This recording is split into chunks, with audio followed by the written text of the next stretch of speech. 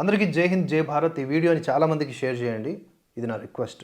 ఎందుకంటే ఈ కాక్రోచులు, పందికొక్కులు, పందులు బయటకు రావడానికి గల ప్రధాన కారణం ఏమిటి అంటే విదేశీ నిధుల ప్రభావం.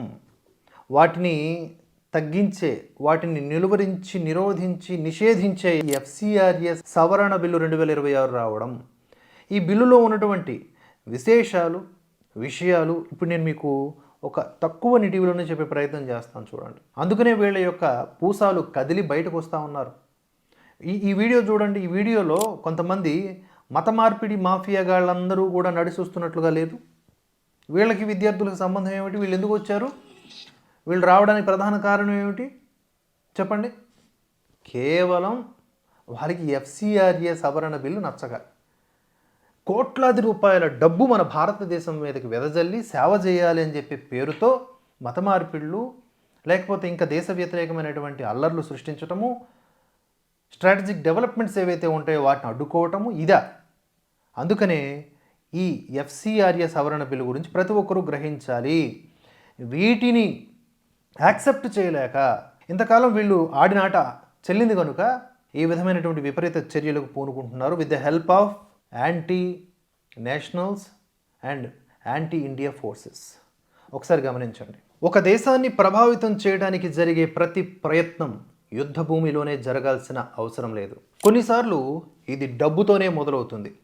ఈ డబ్బు నిశ్శబ్దంగా సరిహద్దులు దాటుతుంది, స్వచ్ఛంద సంస్థలకు నిధులు సమకూరుస్తుంది, అబద్ధపు కథనాలను సృష్టిస్తుంది, నిరసనలను ప్రోత్సహిస్తుంది, ప్రభుత్వ విధానాలను సైతం ప్రభావితం చేస్తుంది. కొన్ని సందర్భాల్లో ఇది వ్యూహాత్మక మౌలిక సదుపాయాలకు అంటే స్ట్రాటజిక్ ఇన్ఫ్రాస్ట్రక్చర్కు వ్యతిరేకంగా జరిగే ప్రచారాలకు, చట్టవిరుద్ధమైన మత మార్పిడులకు మరియు భారతదేశ ప్రయోజనాలకు వ్యతిరేకముగా పనిచేస్తున్నారని ఆరోపణలు ఉన్న నెట్వర్కులకు కూడా ముడిపడి ఉంటుంది. ప్రపంచంలోనే అతిపెద్ద పౌర సమాజ వ్యవస్థ కలిగిన దేశాలలో భారతదేశం ఒకటి. ప్రతి సంవత్సరం వేలాది సంస్థలు విదేశీ విరాళాలను అందుకుంటాయి. వాటిలో అత్యధిక శాతం ఆ నిధులను సమాజ సేవ కోసమే ఉపయోగిస్తాయి. కానీ ఇంత భారీ స్థాయిలో విదేశీ డబ్బు దేశంలోకి వస్తున్నప్పుడు ట్రాన్స్పరెన్సీ, పారదర్శకత అనేది ఐచ్ఛికం కాదు, తప్పనిసరి. ఎందుకంటే ప్రజలకు సేవ చేయడానికి బదులుగా భారతదేశ భవిష్యత్తును ప్రభావితం చేయడానికి ఆ డబ్బును ఉపయోగించినట్లయితే దాని పరిణామాలు చాలా తీవ్రంగా ఉంటాయి.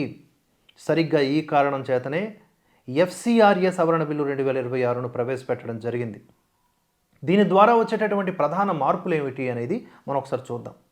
ఇకపై ఆస్తులు దాచడానికి వీల్లేదు. ఒక సంస్థ ఎఫ్సిఆర్ఏ లైసెన్సును కోల్పోయినా లేదా దాన్ని సరెండర్ చేసినా విదేశీ విరాళాలతో సృష్టించబడిన కొనుక్కున్న ఆస్తులు ఇకపై కొత్తగా ఏర్పాటు చేసిన నియమిత అథారిటీ అంటే డిజిగ్నేటెడ్ అథారిటీ ద్వారా ప్రభుత్వ అధీనంలోకి తీసుకోబడతాయి. అది నీ సొత్తు కాదు. లొసుగులకు కూడా చెక్. వ్యవస్థను మోసం చేయడం ఇక కుదరదు. గతంలో సంస్థలు తమ లైసెన్సు గడువు ముగియనిచ్చి విదేశీ నిధులతో కూడినటువంటి ఆస్తులను వినియోగించడం కొనసాగించేవి. ఇప్పుడు ఆ లొసుగును మూసేశారు. అంతేకాకుండా వ్యక్తిగత జవాబుదారీతనం కూడా ఇందులో ఇంక్లూడ్ చేశారు. సంస్థల ముసుగులో ఇకపై ఎవరు దాక్కోలేరు. చట్టాన్ని ఉల్లంఘిస్తే ఆయా సంస్థలను నడుపుతున్న వ్యక్తులే వ్యక్తిగతంగా జవాబుదారీ అవుతారు. స్పష్టమైనటువంటి హద్దులు కూడా గీయబడ్డాయి ఈ యొక్క చట్టం ద్వారా. విదేశీ విరాళాలను విద్య, వైద్యం, సహాయక చర్యలు, చట్టబద్ధమైనటువంటి మతపరమైన కార్యకలాపాలకు మద్దతు ఇవ్వడానికి ఉపయోగించవచ్చు, తప్పు లేదు. కానీ వాటిని ఎట్టి పరిస్థితుల్లోనూ మత మార్పిడి కార్యకలాపాలకు ఉపయోగించడానికి వీల్లేదు. ఈ బిల్లు ఉద్దేశ్యం నిజమైనటువంటి స్వచ్ఛంద సేవను లేదా మానవతావాద సహాయాన్ని అడ్డుకోవడం కాదు. పారదర్శకత మరియు జవాబుదారీతనం లేకుండా విదేశీ డబ్బు భారతదేశంలో ఆపరేట్ కాకూడదని నిర్ధారించడమే దీని ప్రధాన లక్ష్యం. ప్రతి సార్వభౌమ దేశం తన సరిహద్దులను ఎలా కాపాడుకుంటుందో అదేవిధంగా ఈ బిల్లు కూడా భారతదేశానికి అత్యంత ముఖ్యమైన వాటిని రక్షిస్తుంది. అవేంటంటే మన ప్రజాస్వామ్యం, మన అభివృద్ధి, మన సార్వభౌమాధికారం. ఎందుకంటే విదేశీ డబ్బు భారతదేశ నిర్మాణానికి సహాయపడాలి కానీ భారతదేశాన్ని ప్రభావితం చేసేదిగా ఉండకూడదు. ఇది ఓవరాల్గా సంక్షిప్త సమాచారం అబౌట్ ఎఫ్సిఆర్ఏ సవరణ బిల్లు 2026. అమిత్ షా గారు 2.0 అని రిలీజ్ చేశారు. ఇది అమిత్ షా గారి యొక్క సర్జికల్ స్ట్రైక్ ఒక రకంగా చెప్పాలంటే. అటు మోదీ గారు అర్ధరాత్రి వేళ ఫాస్ట్ ట్రాక్ కోర్టులు ఏర్పాటు చేయాలని చెప్పేసి అధికారులను ఆదేశిస్తూ పేపర్ లీకేజీల మీద సర్జికల్ స్ట్రైక్స్ చేస్తే, ఇప్పుడు అమిత్ షా గారు ఈ విదేశీ దురాక్రమణదారులు in the name of NGOs వీళ్ళపైన సర్జికల్ స్ట్రైక్ చేశారు. ఇది కూడా యుద్ధమే. ఈ యుద్ధం నిరంతరం జరుగుతూ ఉంటుంది. దీని మీద మనం ఎప్పటికప్పుడు కొత్త కొత్త ఎత్తులు పై ఎత్తులు వేస్తూ మన దేశాన్ని రక్షించుకోవాలి. అందుకని చెప్పేసి వీళ్ళందరూ కూడా రోడ్ల మీదకి వస్తున్నారు. ఇప్పుడు నిజంగా నీకు దేశ సేవ చేయాలని ఉంది, ప్రజలకు సేవ చేయాలని ఉంది అంటే నువ్వు ఎన్ని కఠినమైన రూల్స్ పెట్టుకున్నా నీ ఎన్జిఓని నడుపుకుంటావు. ఏముంది, నీకు పలానా దేశం నుంచి డబ్బు వస్తుంది, ఓకే, అది భారతదేశానికి నువ్వు లెక్క చెప్పాలి. అందులో 20% ఖర్చు పెట్టుకోవాలి, 30% ఖర్చు పెట్టుకోవాలి. ముందుగా లెక్క చెప్పి మిగతా మొత్తం కూడా ఖర్చు పెట్టి, ఇలా నువ్వు దేనికి ఎంత ఖర్చు పెడుతున్నావు, ఏ పనులు చేస్తున్నావు అనేది చెప్పడానికి నువ్వు కొంచెం నొప్పేంటి? వాళ్ళు పంపినటువంటి డబ్బులతో నువ్వు ఇక్కడ చర్చలు కట్టేసి లేకపోతే ఇంకేవో కట్టేసి అవి నావి అని జీవితాంతం అనుభవించడానికి నీకు ఎవడిచ్చాడు హక్కు?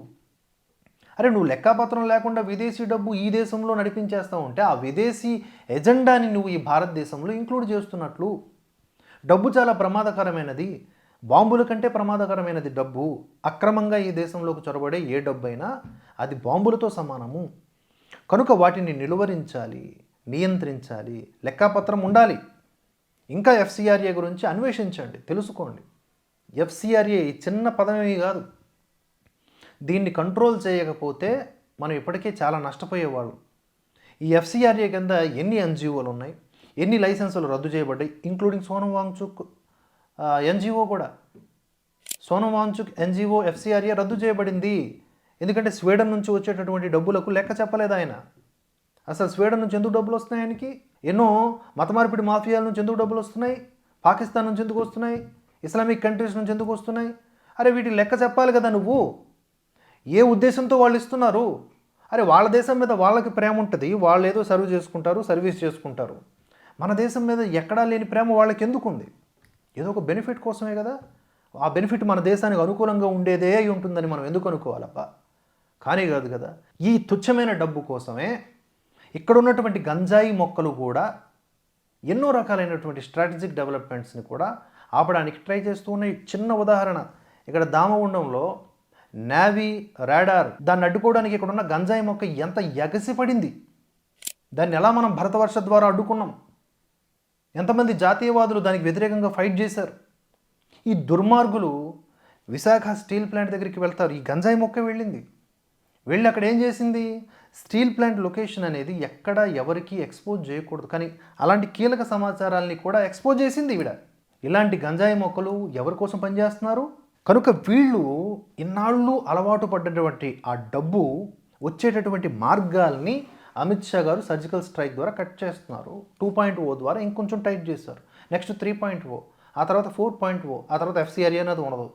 విదేశీ నుంచి డబ్బులు తీసుకోవడానికి లేదు. ఏం చేస్తారు మీరు? సేవ చేస్తారు కదా, చేయండి సేవ. జనం నుంచే తీసుకుని జనం కోసం చేయండి సేవ. కనుక అర్థం చేసుకోండి ఈ ఆవేదనని. అలాగే ఈ వీడియోని 10 మందికి షేర్ చేయండి. జై హింద్, జై భారత్.